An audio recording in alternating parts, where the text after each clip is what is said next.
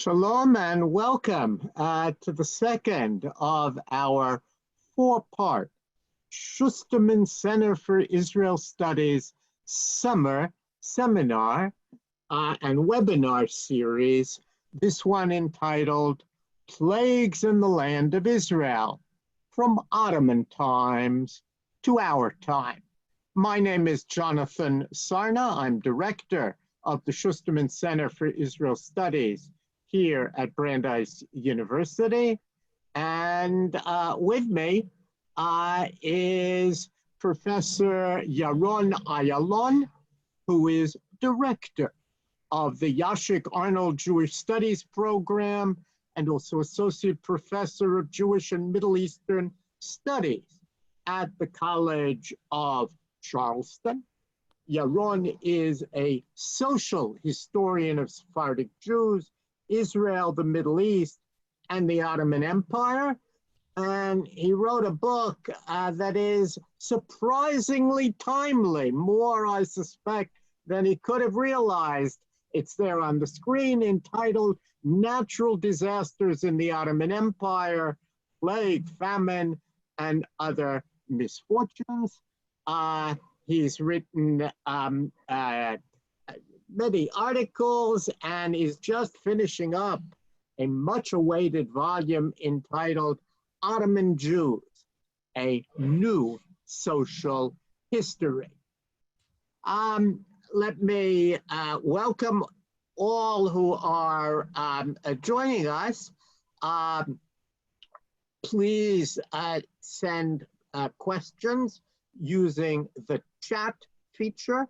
And at the end of our discussion, we hope to have about 15 minutes to really try and grapple with those questions. The chat feature is being monitored.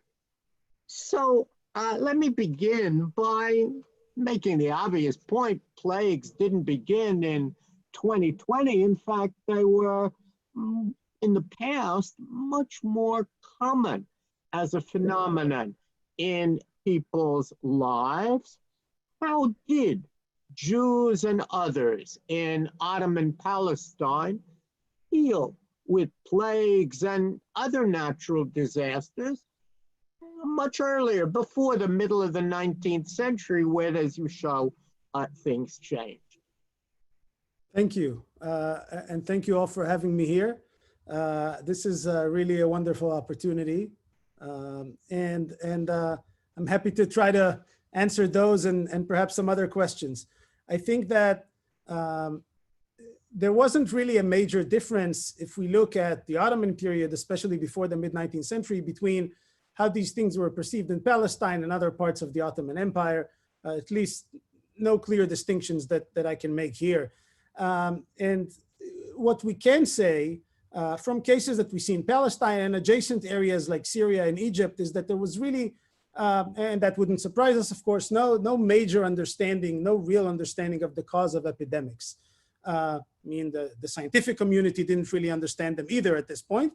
There were beliefs, there were superstitions, many of them we can't really track, but we know that they existed because here and there we do have references for them. Like we do know, for instance, that there was a pretty common belief among Muslims in certain cities that the solar eclipse was something that is about to project a major earthquake, or that plague always started with the Jews. In other words, if there are rumors about plague, you first go to the Jewish quarter to check if there are any Jews there sick with the plague, because if they're not, well, then that's good. This was a rumor actually believed by Europeans, probably for other reasons, maybe anti-Semitic reasons, I'm not sure. But anyways, we have European reports that they would, anytime there was a rumor, let's say, so-and-so Jew did not show up for services at the synagogue and he's sick, immediately, oh, does he have the plague? We have to go and check because that's going to be a bad sign. Okay. There were some people who were trying to examine this, like European physicians who were active in the Ottoman Empire. So not so much in Palestine, but one very well-known case is is the case of the two half-brothers, Alexander and Patrick Russell. They're a good case because they operated in Syria, but they did write about the region more broadly. They were really at the forefront of knowledge, whatever knowledge was. This was mid-18th century.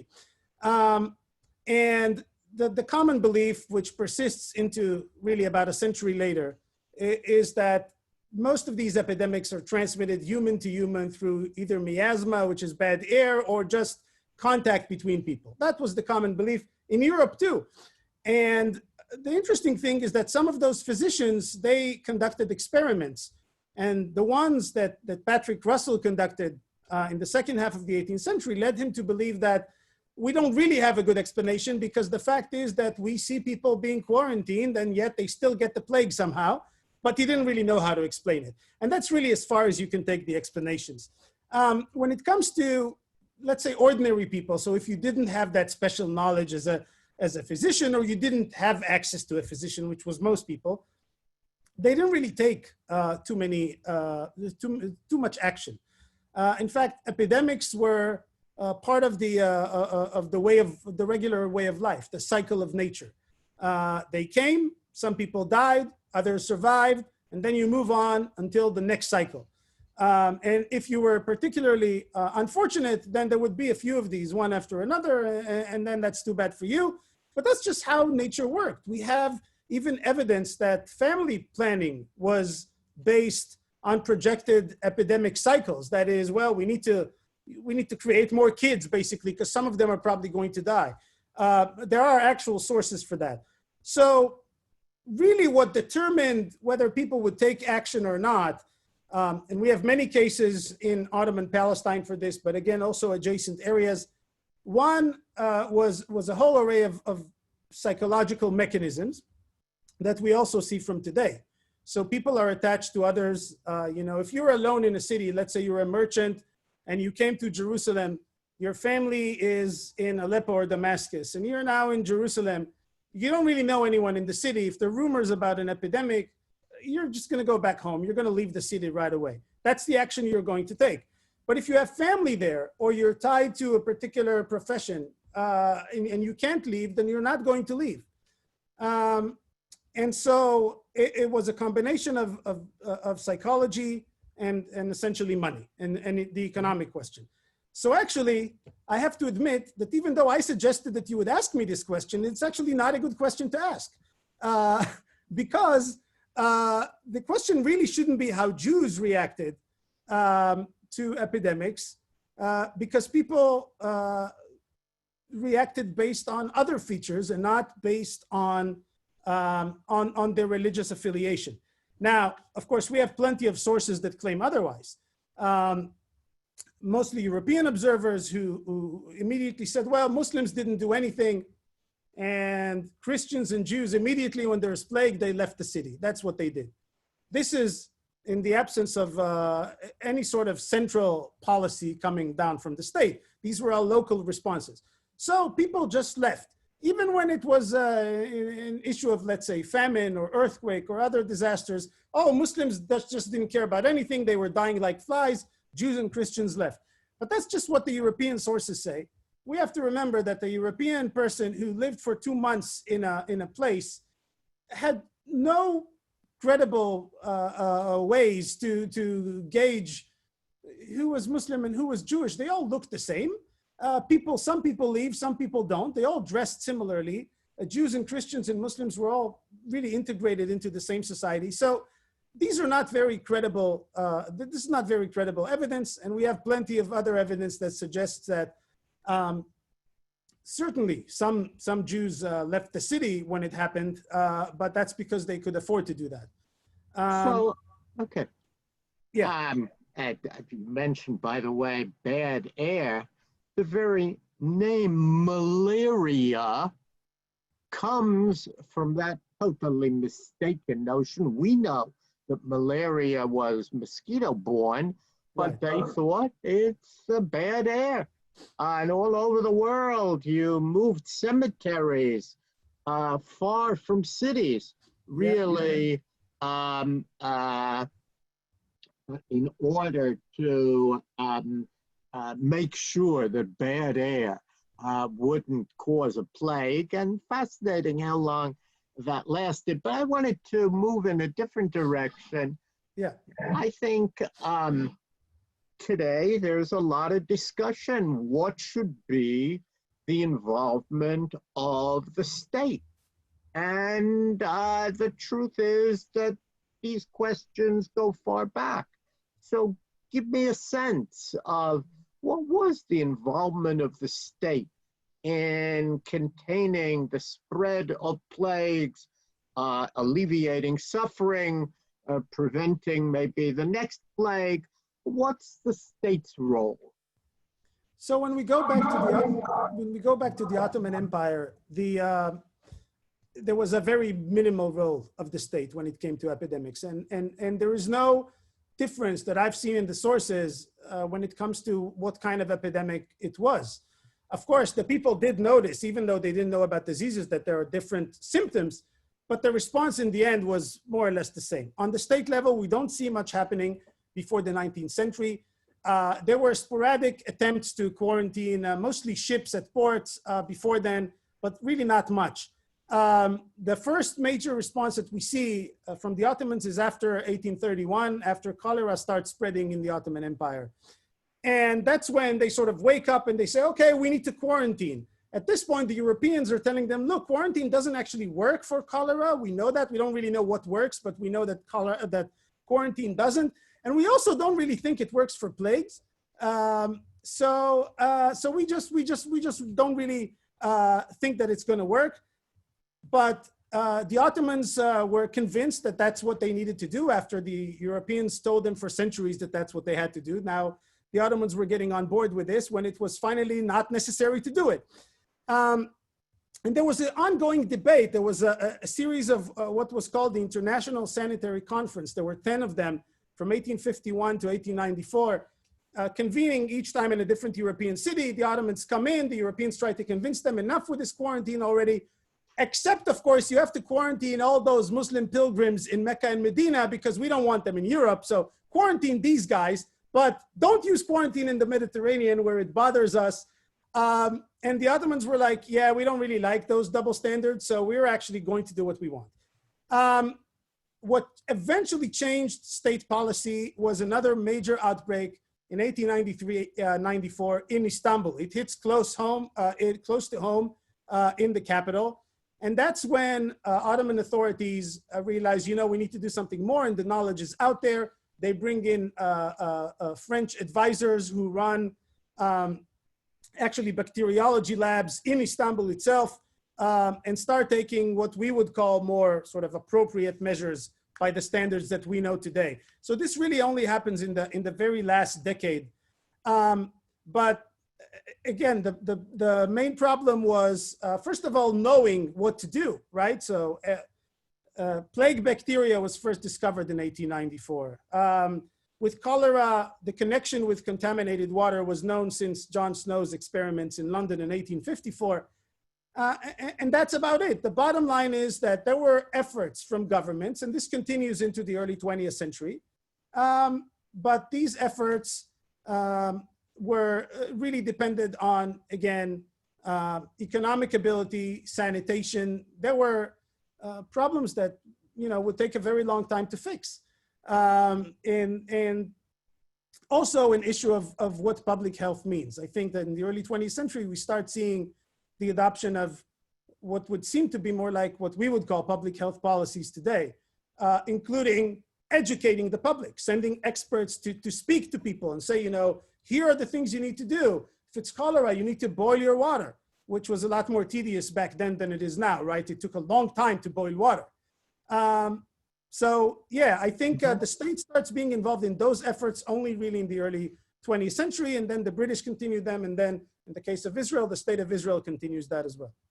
So that's exactly what I wanted to move to. Suddenly, you have the Zionist movement, you have growing Jewish immigration to Palestine, and they begin to see these plagues. There's much written, especially on malaria, kadachat, Yeah. which plays a big role in the mind of the early settlers.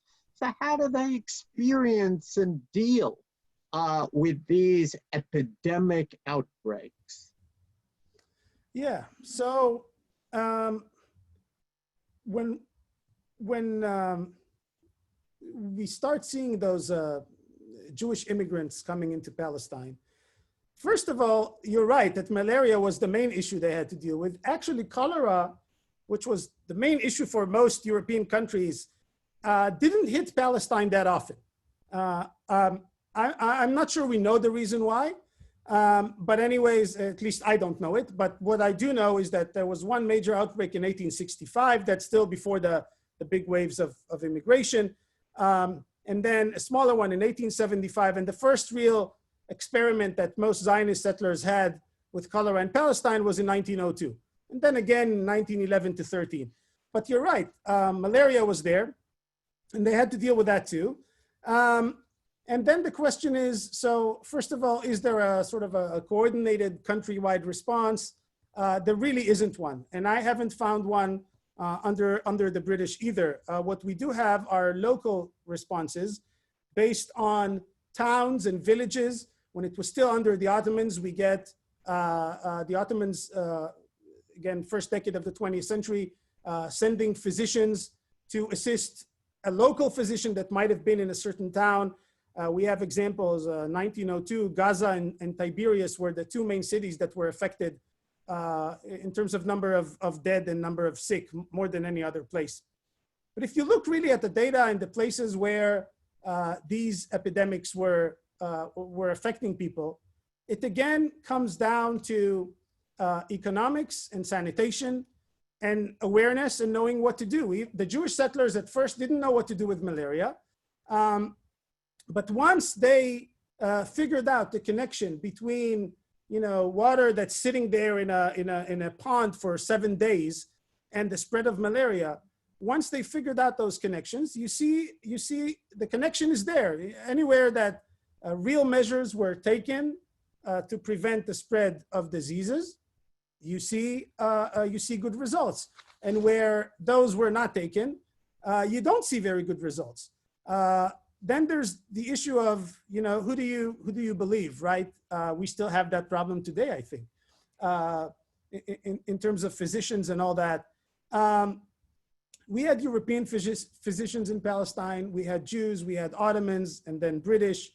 And they really received mixed treatment. In some communities, there were even cases of what today we would call fake news, rumors spread that doctors were purposely infecting people, mostly with cholera. These were the rumors. And that, those doctors would come in and they would deliver public speeches. They would urge people to take precautions.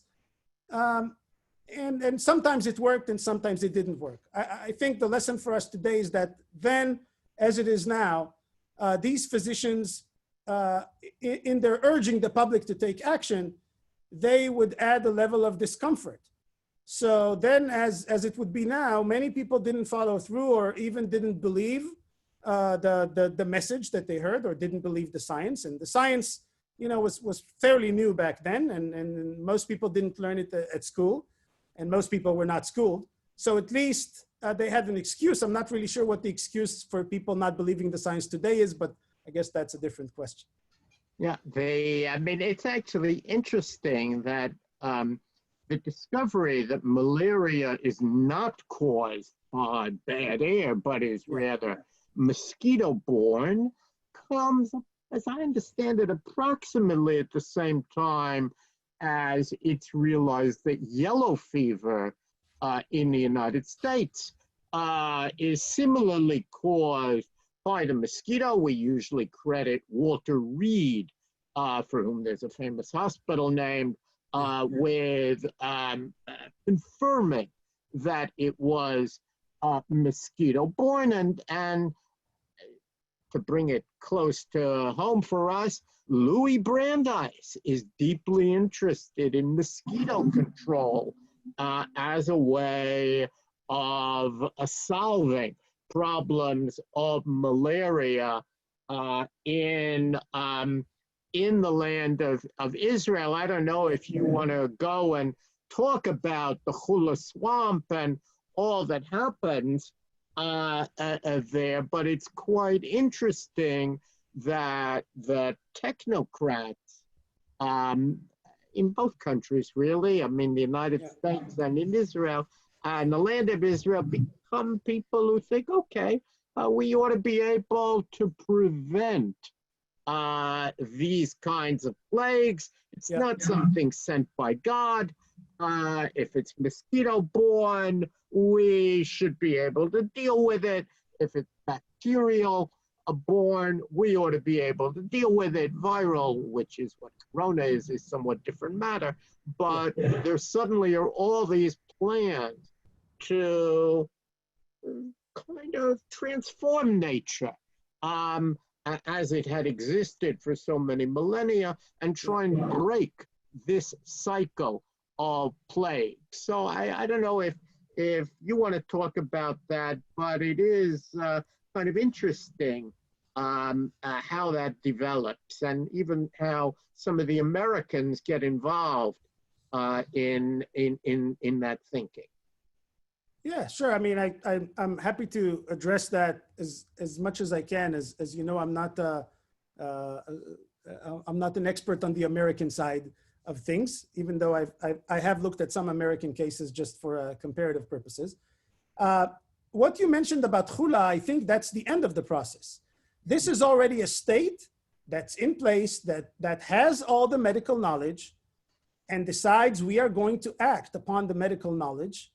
Of course, they had the medical knowledge. What they didn't have were other things that we know today, like the environmental effects of drying up the swamp and all that. Okay, but for the knowledge that they had at the time, they did, I guess, what we would expect governments to do today, which is, this is a public health concern.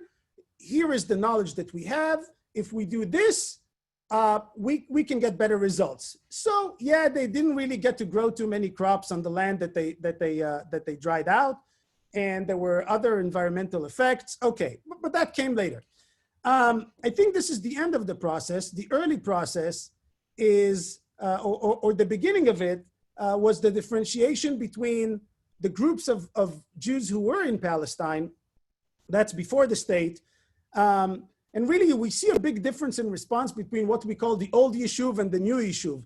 So the old people, not old people, like the old Yishuv, I meant to say, who were there, you know, for, you could say, non-Zionist reasons, mostly, who are descendants of those who were in Palestine for ages, continue to work in the old methods, even in the early 20th century, like collecting donations, sending letters to communities outside of Palestine for help. All of the things that we've seen for centuries, they continue to do that. Whereas people of the new Yishuv, so if you take settlements like, you know, the new settlements like Rishon LeZion, Rehovot, Petach Tikva, those new sort of agricultural settlements, people in those places, you see that they trust the science a lot more. They trust the doctors a lot more. This is even before we have the state policies.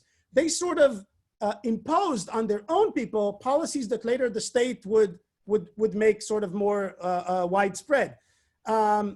And that meant better sanitation, better conditions. And the fact is that in those new settlements, you see a lot more epidemics. You see a lot less cholera. And you see essentially malaria, which is going down and down. To me, I have to say though, I don't see malaria as an epidemic, and I know that's just my interpretation. The reason is that unlike cholera or plague, when it starts and then it spreads sort of exponentially, malaria was a product of, as we said, mosquito bites, and it was, to me, the way I see it, sort of an ongoing nuisance for people who were situated in certain places. Of course, they might have seen it as an epidemic from their perspective.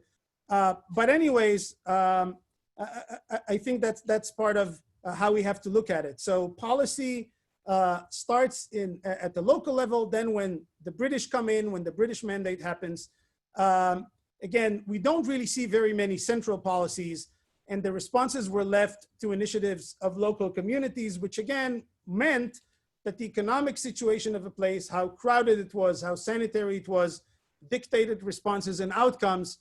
And so we have in a lot of the older history books, those claims that the Arabs in Palestine suffered from epidemics a lot more than the Jews, hinting that it was because the Arabs were Arabs and the Jews were Europeans. But the real reason, the data is true, but the real reason for it is that it's all of those factors that I mentioned. Again, economics, how crowded it is, and there's also a question of culture. And I know we are about to discuss this, the issue of different sects and how they suffered from epidemics. So I can address that in a minute. Okay, so I just observed that there are fascinating parallels, of course, between what happens in the Middle East and what we know about plagues in lots of places, including the United States, where the reason most Americans today have never experienced a plague, whereas anyone in the 19th century knew every few years there'd be something, is precisely because we learned so much about bacterial and mosquito-driven illnesses. And the last time we had a big new virus was, in fact, the 1918 flu. Yeah. So most people know nothing really about it. Since I'm located in Boston, I'll just mention to people, one of the reasons that you don't have in Boston much in the way of mosquito-driven plague, you don't even have yellow fever, was simply because it would get cold early and all the mosquitoes would die. And you really can see the impact of climate, whereas New Orleans, Memphis, they're getting mosquito-borne yellow fever year after year until they learn about sanitation. And sanitation becomes, of course, as we've talked about, sanitation becomes a much bigger theme, and suddenly it's realized that if you have better sanitation, you will prevent plagues. For us, that is obvious. It's not clear to me that people related sanitation and plagues in quite the same way in, say, the 18th century. I don't know what Yeah, to think. And then we'll move on to different groups. Yeah. I think just a quick comment on that. I think that, first of all, there is one issue, which is the presence of a centralized state. That's a big deal. So for instance, in the 1793 yellow fever outbreak in Philadelphia, when the state was still fairly young and there were no practices yet developed for dealing with these issues, you see a very traditional form of response, which is all the rich people leave the city, including all the entire leadership of the country, which was at the time still in Philadelphia, leaves the city, and whatever happens to other people, that's their problem. This is sort of the old school kind of response. By 1918, of course, you have a state that's been around for a while and can develop centralized or at least if not federal, then on the state level kind of responses, which you don't really have in late Ottoman or mandatory Palestine. And I think when it comes to sanitation, the assumption, without the ability to prove it in terms of science, the assumption that there is connection between sanitation and public health and disease, it goes back actually a few centuries. We have the early decrees from, I think, the second decade of the 16th century in France, decrees that were very path-breaking for their time, or groundbreaking for their time, because they really injected the state into the private homes of individuals by telling them you have to install cesspools, in effect toilets, what we would call toilets now, because, and they say it in the decree, because we are concerned that, before toilets, what people used to do is use all sorts of receptacles and then they would throw it out the window. And of course, all the streets would have a horrible smell. That's just how it was. And their concern is that that's not good for public health. And they mention this. And you see a series of decrees, but they always come from centralized authorities in Europe in the 16th and 17th century, issuing decrees requiring people to move farm animals outside of cities, to install toilets in their own homes, and all sorts of other things that give the appearance of more cleanliness. So I think you can have all the understanding you want of the connection between sanitation and cleanliness, but if you don't have organized central authority that can actually run those efforts, and also if you don't have some sort of an enforcement agency, then it's very hard to get that done. Right. It's so fascinating you talk about central authority, because that's, of course, a big issue today in the United States and elsewhere. And when we compare the United States and Israel, you see that central authority has played a huge role in Israel. And amazingly, some people more, some less, but people listened as if they were looking to that central authority. And you're suggesting, I think, that has a long history to it, that when plagues hit, you expect central authority to really take charge and tell you what to do. I wonder if you can link past and present in that way and help us understand how the response in the state of Israel really drew from those past precedents. I've been thinking about this a lot, and I am not sure that I can draw those parallels. In part because public health policy in modern Israel is not my expertise, but really when I think about this, what we see today is a product of several things. Some of it is British public health policies that were introduced in the 1920s and 30s. We know that the state of Israel inherited a lot of laws and practices from the British and still uses many of them. These were for sure the guiding principles for the early years of the Israeli state when it came to public health policies. But the other reason we can't draw direct parallels there is that, as we know, in Israel there is this desire to not necessarily follow precedent, but be inventive or innovative about what the state does. So for years, there was this public health policy that involved education. We saw it. I mean, we have ads for this from the 1950s on of to wash hands and to be clean. And I remember this growing up there as a kid in the 1980s when we still had one TV network with no commercials, but there were these government-sponsored clips in between shows talking about washing hands, staying in shape, eating fruits and vegetables, and dairy products. But I don't think that's related. And this was just part of all of us growing up. You get these messages injected into you. You hear them at the schools. And the schools play a major part in this public health awareness. And so when you get now to finally you have a major epidemic outbreak, which Israel really never really had, then, first of all, people have, I think, at least in some groups, there is more awareness. Again, we'll talk about the groups, not everywhere, but in some groups there's more awareness. And then there's also the issue again of a centralized state that in recent years, in fact, has been becoming more centralized in many respects. And enforcement. I mean, you say Israelis complied.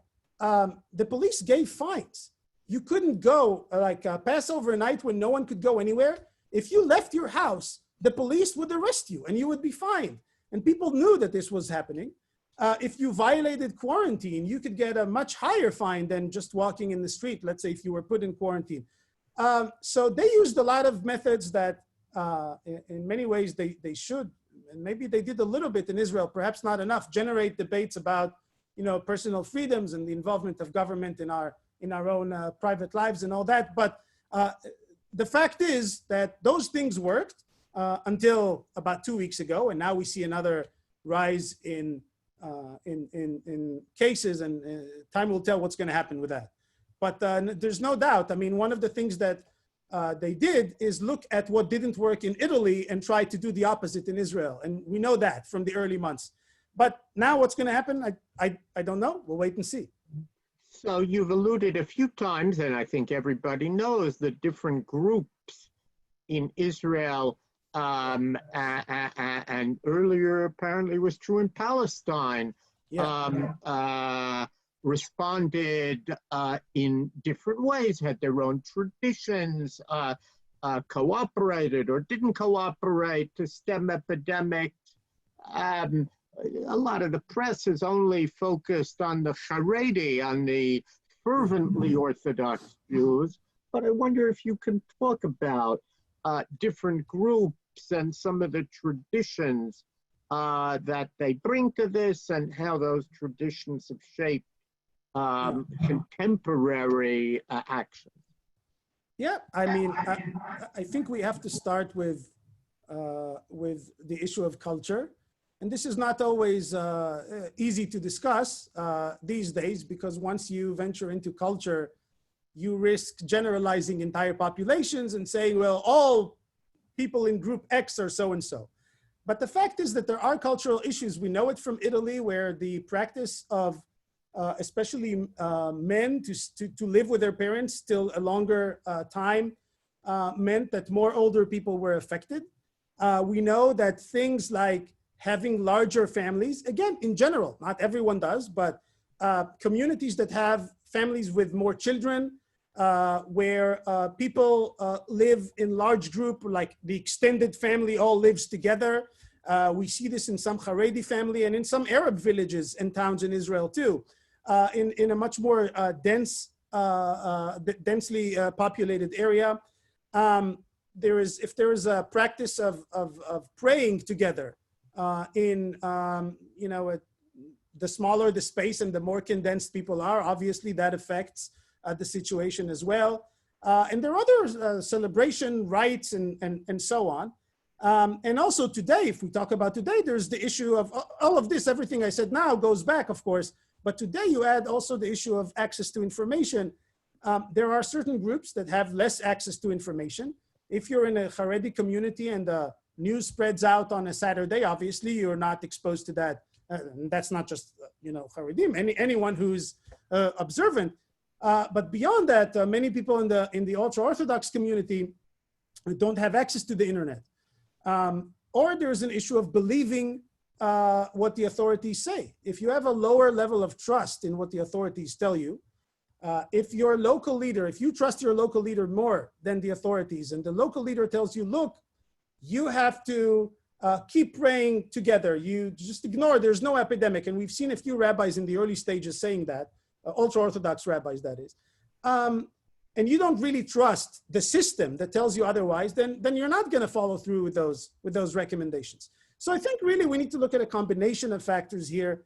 There's never just one issue. There's a combination of factors that lead to those differences. To me, the state has to be involved to some degree in limiting those differences. In other words, if there are objective reasons that expose a certain community to more risk, then you can't just say, oh, well, these people have always been like that, so they're just going to die more. I mean, that's not a very responsible public health policy. But again, these are modern issues. Throughout history, those cultural attributes, along with, again, economic situation, is really what dictated the outcome of many communities. Mm-hmm. Yeah, I mean, of course, it is worth remembering, notwithstanding what's going on now in Israel, total number of deaths last time I looked was somewhere around 320. Yeah, it's fairly low. Compare that to New York, 9 million. It's 100 times more deaths. Exactly. 100 times more in New York than in Israel. And I think that once Corona is done, we will be looking very carefully at And we should. countries where the death rate was much lower and higher. I don't know. I mean, there are various theories. Israel, for example, has a younger population than New York does by far.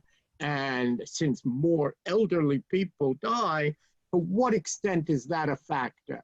But I wonder, and then we're going to turn to questions, but I don't know if there are other lessons from the past that you think can help us understand what's going on today.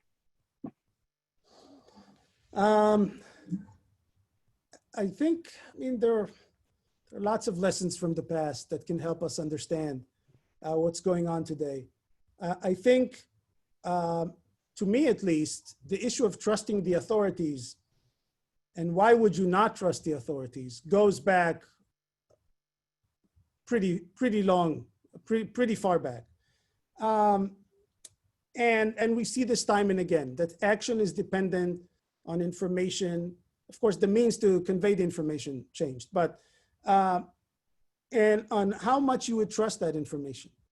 We have that in the Ottoman period. We have it in the early years of the United States. I would assume in the today, colonial... everybody in the United States trusts the central authority 100%. I won't go there.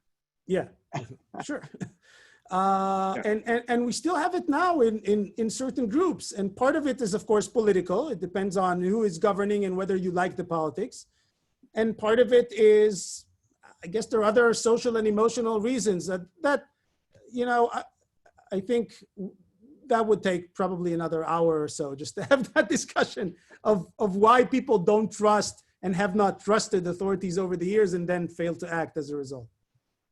I see that the Associate Director, Shana Weiss, has joined us, and she is armed with many good questions that have come in over the past 45 minutes or so. So, Shana, why don't you pose them? Hi, thank you so much, everyone, for joining. I really appreciate it. Thank you, Yaron. Thank you, Jonathan. We have a lot of really great questions. Continue to send them in. One of the questions I wanted to ask is, to what extent, right, were Ottoman, let's say, scientists and government officials aware of or in dialogue with scientific developments going on in Europe, let's say Snow, Pasteur, Lys, etc. Right, how were these spread? What is the networks of knowledge going on with science and plagues at this time? So I tried to figure that out when I was writing my book. And the best answer I could come up with is that we don't really have much before the 1880s.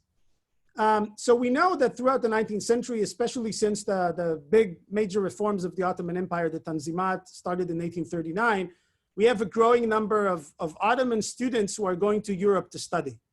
And some of them inevitably, end up in the area of science. But we don't really see, at least I have not been able to find, indications for actual communication between Ottoman students or Ottoman officials, whoever they may be, and European scientists before the really second half of the 1880s.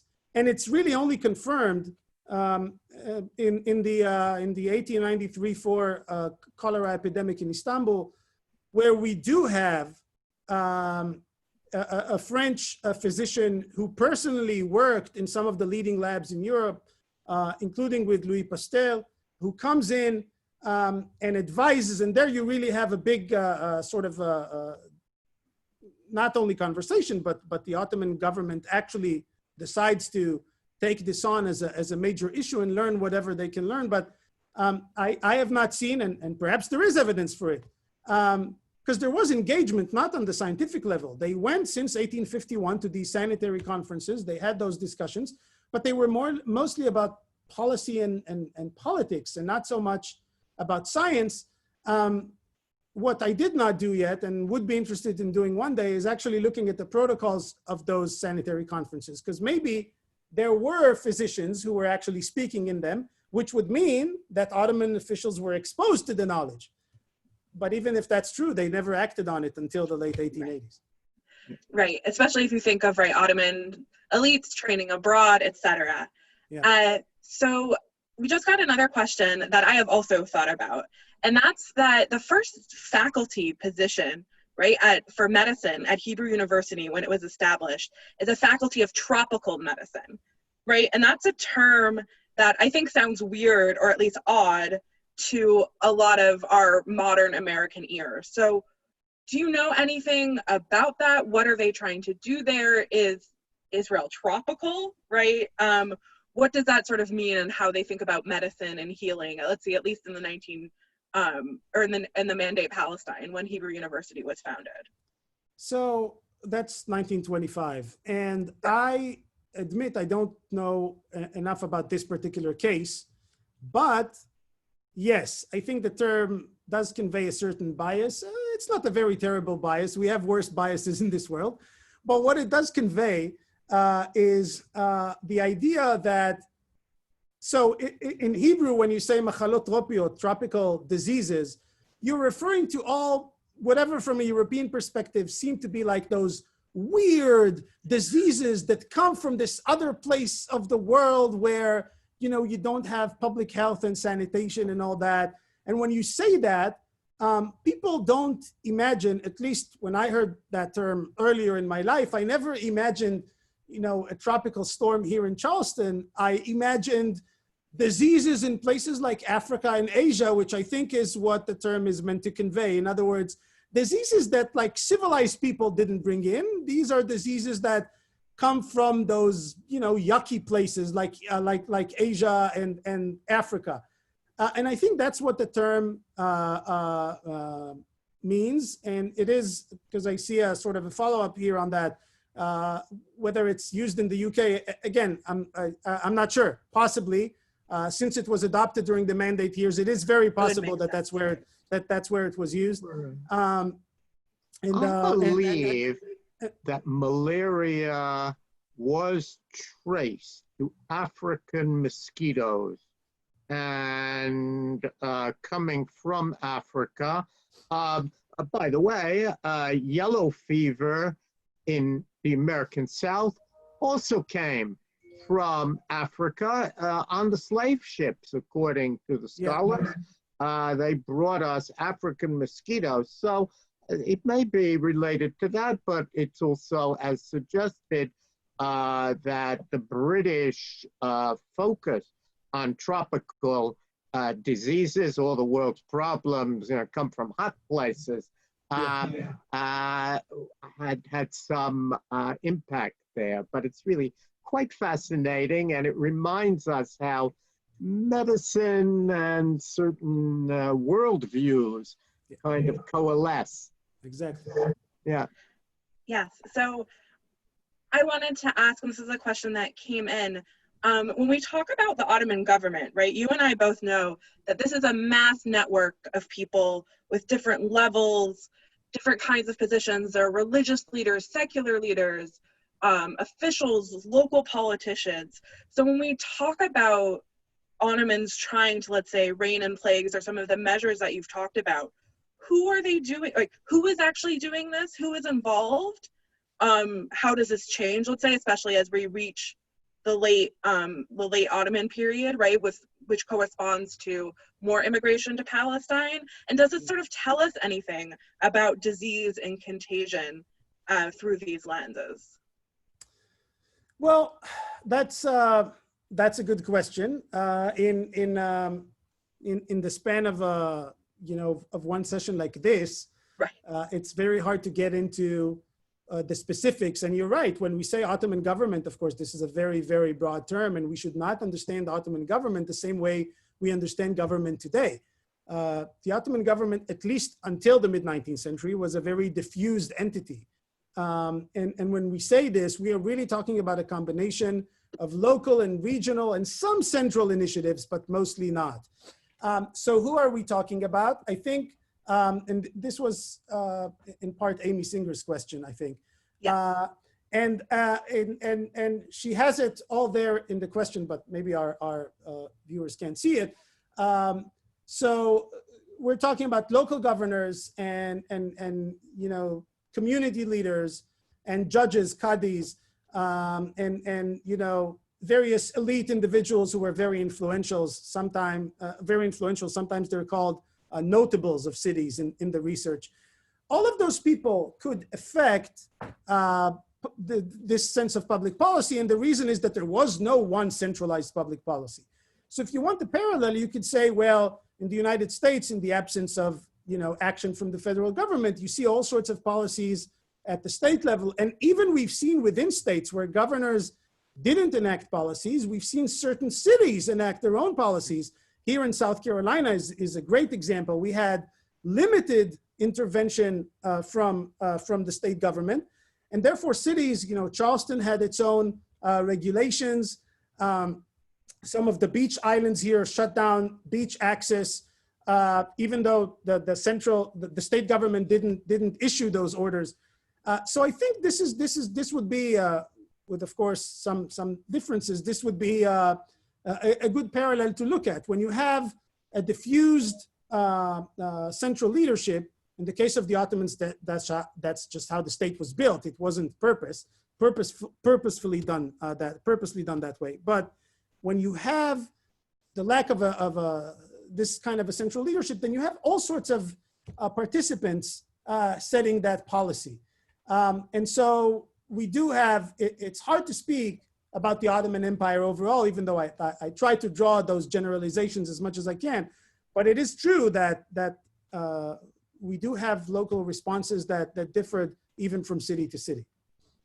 Mm-hmm. Yeah, I wanted to take a moderator's prerogative to ask about something I don't think we've talked about, and that's cultural and maybe to some extent religious output, right? We know from other instances that these sort of plagues and diseases often either inspire writers, right? There's The Plague, right? We know that one by Camus, or inspire religious thinkers, religious fervor, revivalism, etc. Do we know of that happening in Mandate Palestine, or maybe other areas in the earlier on in the Ottoman Empire, right? Do they have any effects, let's say, outside the realm of policy and diseases, but on people's everyday lives and practices?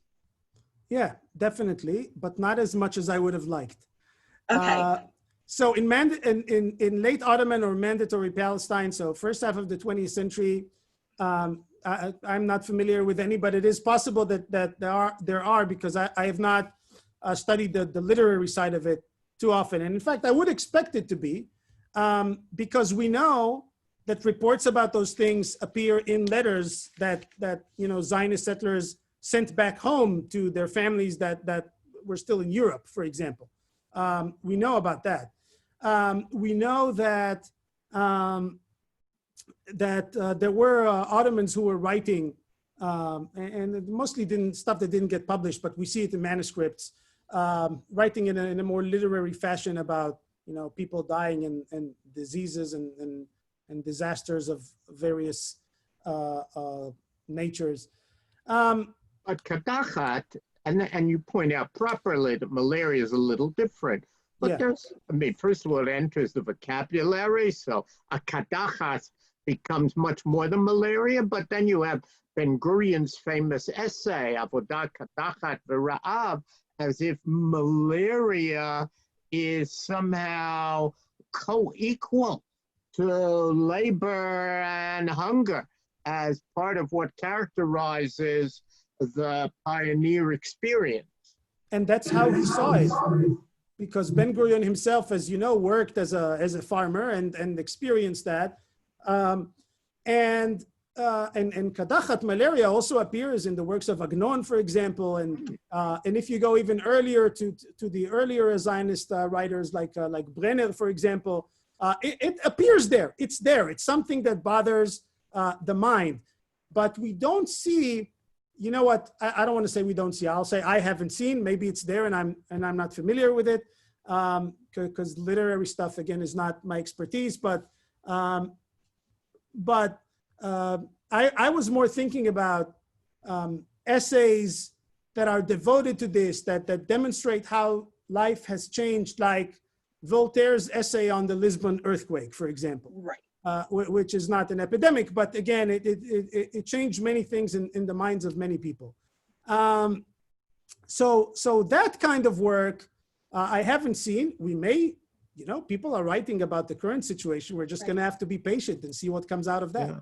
Yeah, there is a book on the impact of tuberculosis, which is not a real epidemic, but tuberculosis, especially in the United States, has a dramatic impact and is much written about by authors both in Europe and in the United States. And there's a recent book on that, which could serve as a model. We want to move on to other questions because we've only got a few minutes. Yeah. Right.